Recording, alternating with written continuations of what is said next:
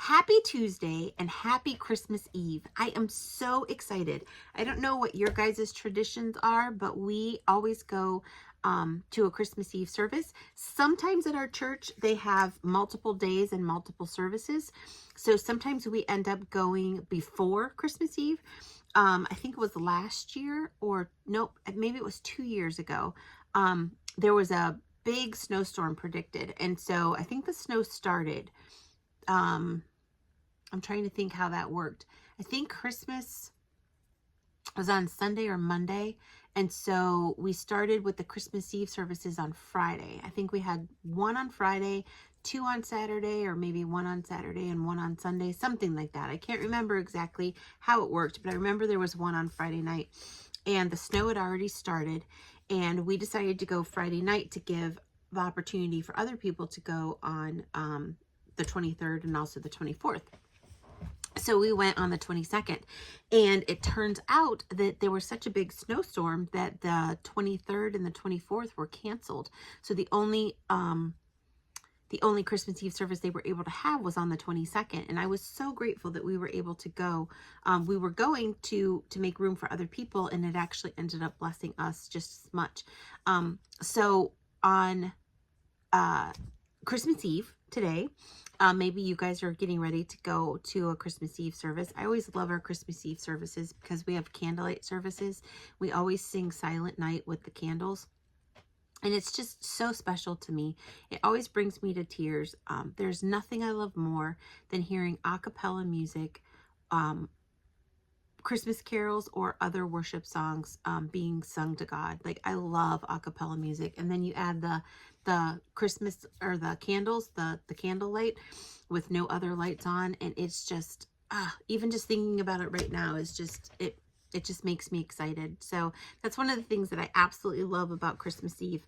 And then we usually celebrate with family when they're around and when they can do it on Christmas Eve.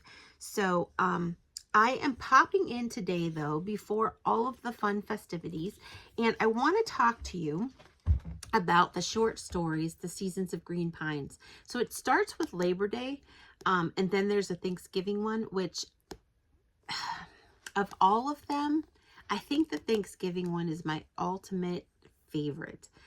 So I know that we're talking about Christmas Eve right now, and we're talking about Christmas, which I absolutely love, A Christmas to Remember as well. But if you pick up The Seasons of Green Pines, you're going to want to read A Thanksgiving to Forget before you read A Christmas to Remember, because it's going to, it'll make this one that much more funny and that much better. So those of you who know about my series, The Redemption of Green Pines, you know that there's a lot of tough topics in there. There's a lot of hard topics. There's a lot of things that are covered that are not easy necessarily to talk about. But rest assured, the majority of the books in here, the majority of the short stories in Seasons of Green Pines are designed to make you laugh. The only one that might be the exception is a Not So Happy New Year. And the title kind of speaks for itself. But the rest of them are, they're really honestly just made to make you laugh or made to make you just go, ah. So if you like lighthearted things, and if you have more time to read during Christmas than other times of the year, I would highly, highly recommend that you pick up The Seasons of Green Pines. With Amazon the way it is, I'm sure you could get it in the next couple of days. I probably should have told you about it last week instead of this week. But I don't always think about those kind of things. I guess I got to get better at that.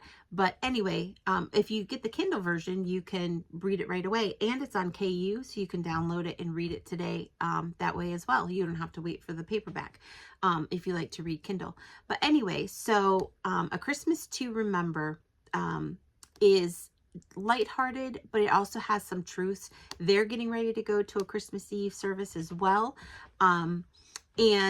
A Thanksgiving to Forget, this is where Jace and Simone are newlyweds, and they decide their first year of marriage, they're going to invite both sides of the family over to their little tiny cramped apartment, and they're going to cook Thanksgiving dinner for everybody.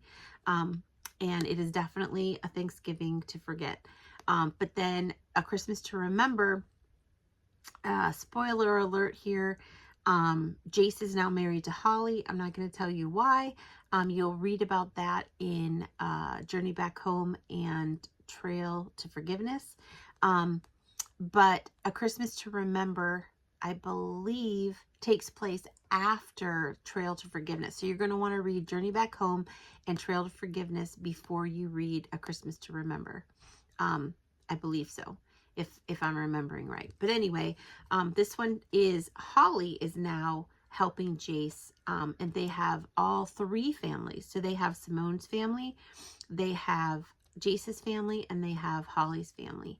And so pick it up if you like to read funny, lighthearted romance, short stories. This would be a great one for you to get. And there's 7 of them. And then they go along with all 6 of the other books. So Adventure's Invitation, Journey Back Home, Trail to Forgiveness, Road to Freedom, Path to Grace, and Redemption Full Circle. So anyway, I just wanted to pop in really quick. If you need or want something to do this Christmas season, this would be a great book to read. It would also be a great one too if you have a last minute gift idea that you need to give to somebody. If they like to read books, that would be another great idea for them as well. But yes, so have a great, wonderful Merry Christmas. Like this video if you want to like it. Subscribe if you want to subscribe. Share it with a friend if you want to share it with a friend. I appreciate any or all of the above. Down below is my website. You can see how to order all of the books, although they are on Amazon and KU. There's also nonfiction, devotionals, compilation books, and Bible studies. One of the Bible studies is Sisters in Christ. This would be a great one to, oops, sorry, there's my bookmark. This would be a great book to get started with at the beginning of the year. You can read it by yourself, or you can read it with a sister in Christ if you already have one. And then also another gift idea, again, probably should have told you these a couple weeks ago, but here is a Sisters in Christ Daily Journal, the Brothers in Christ Daily Journal. Just because this book says Sisters in Christ does not mean that men can't do it. I've had lots of men and women do it together as a couple, but I've also had men's groups do it, women's groups do it, or groups do it that are co-ed, and the men do it with the men and the women do it with the women. So here's a journal for men to figure out or write down things that God is teaching them, and here's the woman's journal for you to write down and remember the things that God is teaching you, or the different miracles, answered prayers, all of the above. So there's a couple other gift ideas. So having said all that, have a great Christmas. Have a wonderful time celebrating, however you choose to celebrate it. And let's just remember that Jesus is the reason for the season, and he is the reason why we get to celebrate to begin with. So have a great rest of your day, a wonderful day tomorrow, and I will talk to you next week.